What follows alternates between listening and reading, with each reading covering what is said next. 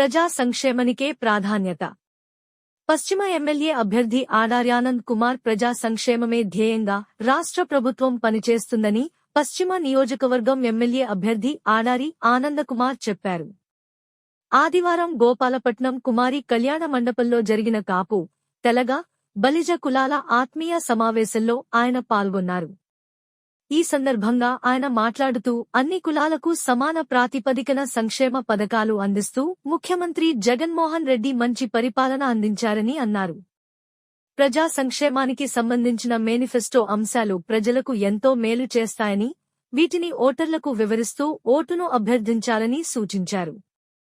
YCP విజయానికి కృషి చేసిన ప్రతి ఒక్కరిని పార్టీ గుర్తిస్తుందని హామీ ఇచ్చారు. పశ్చిమ నియోజకవర్గం ఎమ్మెల్యే అభ్యర్థిగా తనకు, విశాఖ ఎంపీ అభ్యర్థిగా ఝాన్సీకి ఫ్యాన్ గుర్తుపై ఓటు వేసి అత్యధిక మెజార్టీతో గెలిపించాలని విజ్ఞప్తి చేశారు.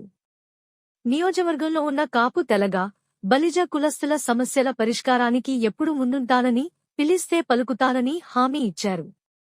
నియోజకవర్గం ఇప్పటికే 255 కోట్ల రూపాయలతో అభివృద్ధి పనులు చేపట్టినట్టు గుర్తు చేశారు. అలాగే బడుగు బలహీన వర్గాల వారికి అనేక సంక్షేమ పథకాలు అందించినట్లు వివరించారు. సొంత నిధులతో పెన్షన్లు, విద్య, వైద్యానికి సంబంధించిన ఆర్థిక సహాయ సహకారాలు అందించినట్లు తెలిపారు. మంచికి చెడుకు జరుగుతున్న ఈ ఎన్నికల్లో వైసీపీ విజయానికి అందరూ కృషి చేయాలని కోరారు. ఈ సమావేశంలో ఎన్నికల సహా పరిశీలకులు పేడాడ రమణకుమారి, పార్టీ ముఖ్య నేతలు పాల్గొన్నారు.